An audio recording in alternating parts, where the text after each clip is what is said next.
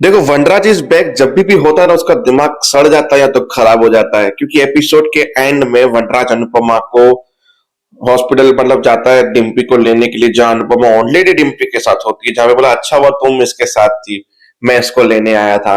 और वैसे अनुपमा, तूने बहुत टाइम पहले एक डिसीजन लिया था कि तुम शाह हाउस आना कम करोगी, सब कुछ कम करोगी, तो आज मैं तुझे सामने से बोलता हूँ कि तुम शाह हाउस आना कम कर दो।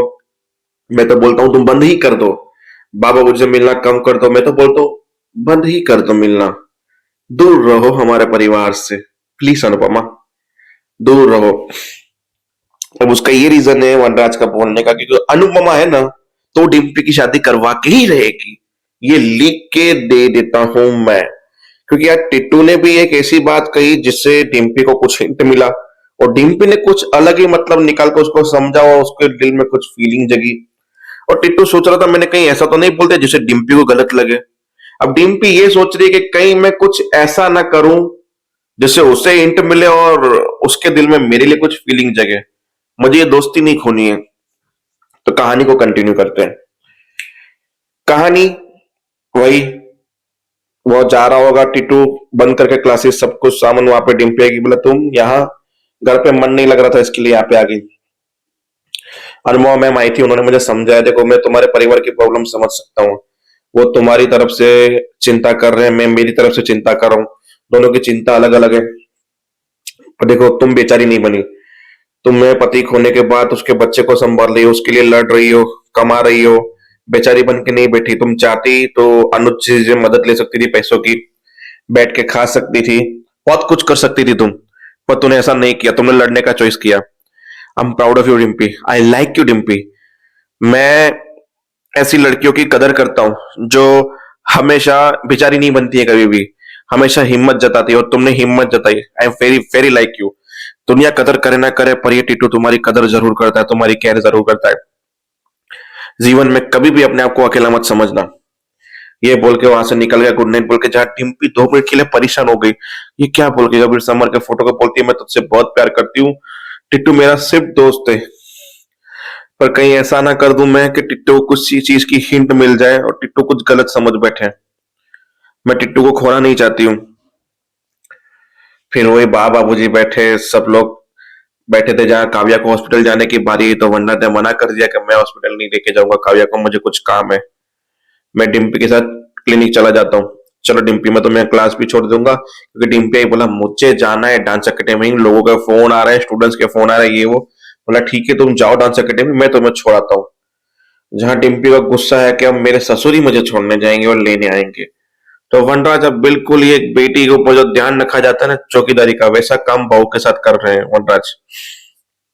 अब उसकी बात करूं तो रात को छोटी को थोड़ा डर लगा, तो अनुज के पास आई, बोला मुझे भूतों की कहानियों से डर लग रहा है, मुझे डर लग रहा है। फिर बोला भूतें होती नहीं है, अनुपमा ने बोला परियां होती है, फिर भी तुम हमारे साथ सो सकती हो। तो वहां पे जाके सोई, रिलैक्स हुआ।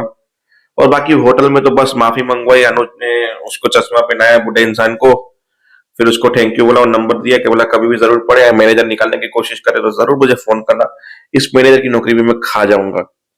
फिर बैठ के उन्होंने ऑर्डर किया और खाना खा के वहां से निकले, घर पहुंचे, सो गए। सुबह जैसे हुई तो बोला कि छोटी को मैं स्कूल छोड़ देता हूँ, तो डिम्पी के साथ क्लिनिक चली जाऊं, जहां पाखी और अधिक पहले से ही बात कर रहे थे कि हम सेकंड ओपिनियन लेने के लिए डॉक्टर के पास जा रहे हैं।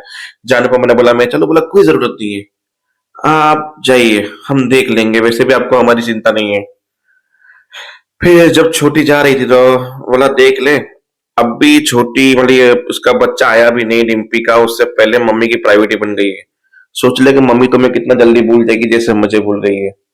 बोला पाकि शर्ट आप, कोई माँ कभी बच्चों को भूलती नहीं है, पर तू नहीं सुधरी ना तो कसम से मैं तुझे एक दिन जरूर भूल जाऊंगी। देख लिया, यही होगा तुम्हारे साथ छोटी, बस 6-7 महीने जी लो अपनी माँ के साथ, फिर तुम्हारी माँ तुम्हें छोड़ देगी। आई थिंक मुझे तो ऐसा लग रहा है कि तुम्हें अनाथ आश्रम में ही छोड़ देगी जब डिम्पी का बेबी आ जाएगा।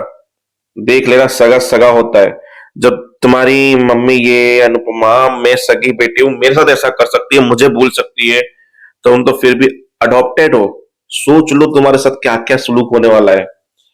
वो बहुत डर गई, अनुज ने भी गुस्से में बोला पास कर पाखी बदतमीज, कितनी गिरेगी और कितनी गिरेगी, अनुपमा ने बोला। तो फिर अनुपमा मंदिर के पास ले गई, छोटी अनी को समझाया ऐसा कुछ नहीं होता, तुम तो मेरी बेबली हो, तुमसे ज्यादा मैं प्यार करती हूँ, बच्चे तो बड़े हो गए हैं, अपने अपने काम में बिजी हो गए, तुम तो मेरे साथ हो, मैंने बचपन जीती हूँ तुम्हारे साथ। 5 पन्नों का भाषण देके छोटी को समझाया, फिर छोटी खुशी के मारे लव यू बोल के अनुपमा को फिलहाल में निकली, पर अनुज ने बोला मैं इसे छोड़ के आता हूँ, फिर इसकी खैर नहीं है पाखी की, और पाखी के साथ मालती देवी की, तुम्हारी और तुम्हारी भाभी बरखा की भी। क्योंकि छोटी ने कहा सब लोग ऐसा क्यों बोल रहे हैं मुझे कि आप मुझे छोड़ दोगे। बोला सब कौन? बोला दादी और बरखा आंटी ने भी बोला। अनुज ने बोला मैं इसे छोड़ आऊं, फिर इन सब का हिसाब करते हैं, तबीयत से करते हैं। वहां अनुपमा ने भी बोला बहुत हुआ सम्मान, अब बस। तो देखते हैं कि कल ये बस कहां पे रुकेगी और किस तमाशे पे रुकेगी। देखते रहिए अनुपमा। जय